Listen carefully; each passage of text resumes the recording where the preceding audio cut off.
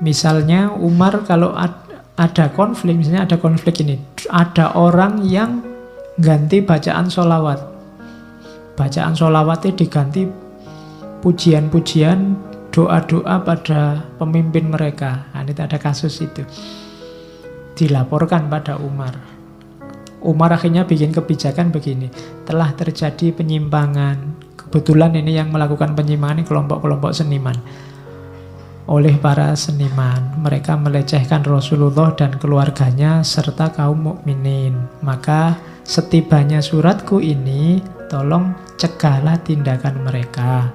Dan supaya mereka tetap membaca sholawat kepada beliau Rasulullah dan keluarganya. Selain itu mereka boleh berdoa apa saja. Yo tetap bacalah sholawat. Muji pemimpin, mendoakan pemimpin tidak apa-apa. Cuma ya sholawatnya dihidupkan lagi. Nah, itu kebijakannya Umar. Tidak kok ujuk-ujuk dipersekusi, dieksekusi. Tidak. Diingatkan mereka, tidak boleh kamu kayak gitu, itu sesat. Mau mendoakan nenek moyang pemimpin, monggo. Tapi tidak usah ngubah-ngubah sholawat. Tetap bacalah sholawat. Nah, itu namanya kebijakan. Satu ketika ada yang mencaci maki Umar. Gubernur Irak ngirim surat. Ada seseorang yang mencaci maki Anda. Aku menangkapnya dan bermaksud tak hukum, tak bunuh. Khalifah Umar segera balas, lepaskan dan maafkan lagi ya. Kalau sampai kamu berani membunuhnya, aku akan menghukum mati kamu. Ya, jadi dia ndak. Kalau yang dicela pribadi, ndak usahlah pakai dihukum. Kalau kamu berani menghukum-hukum orang yang mencela, nanti orang malah tidak berani lagi ngeritik aku. Padahal kritik itu perlu untuk perbaikan. Yang tidak mau dikritik tidak akan jadi lebih baik, karena yang sekarang dianggap sudah baik. Ya yang sekarang ya insya Allah sudah baik, tapi kan di titik tertentu ada kelemahannya. Di situ gunanya kritik. Dan Umar sadar betul itu. Makanya jangan bungkem, jangan menghukum orang yang mengkritik. Mungkin orangnya kurang pinter sehingga kritiknya keluarnya caci maki. Itu yang ada di pikirannya Umar. Oke, satu ketika Umar ditanya tentang konflik antara Bani Hashim, Bani Umayyah. Ini kan konflik yang tidak selesai-selesai sepanjang sejarah Islam. Bani Hashim dan Bani Umayyah. Katanya Umar, itu kan peristiwa berdarah dan Allah menjaga tanganku dari peristiwa itu. Tetapi apakah aku tidak boleh membersihkannya dengan lidahku? Sahabat-sahabat Rasulullah mengumpamakannya sebagai penyakit mata yang dalam mengobatinya tidak usah menyentuhnya.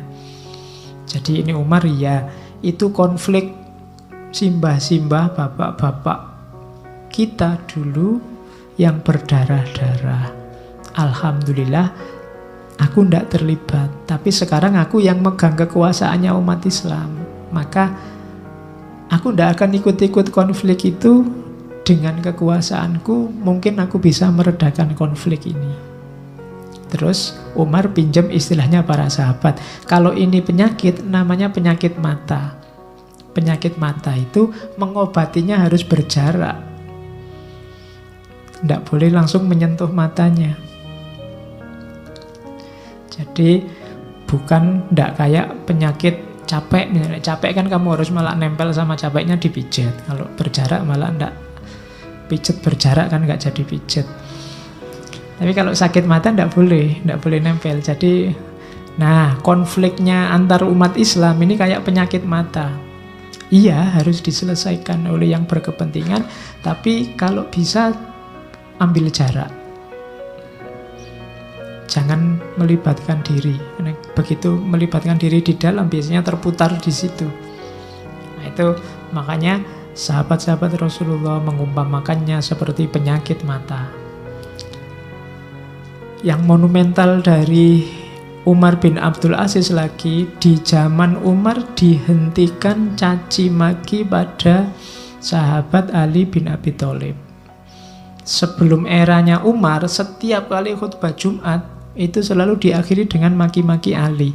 Ya biasa itu dalam rangka rivalitas Bani Umayyah, Bani Abbasiyah. Disitulah nanti oleh Umar sudahlah dihentikan budaya caci maki itu.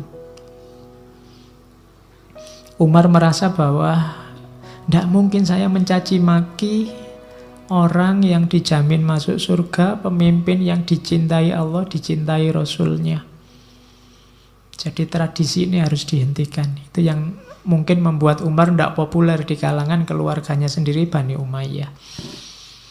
Dan itu nanti jadi awal setiap kali khutbah Jumat kan yang dibaca diganti dengan surat An-Nahl ayat 90 itu.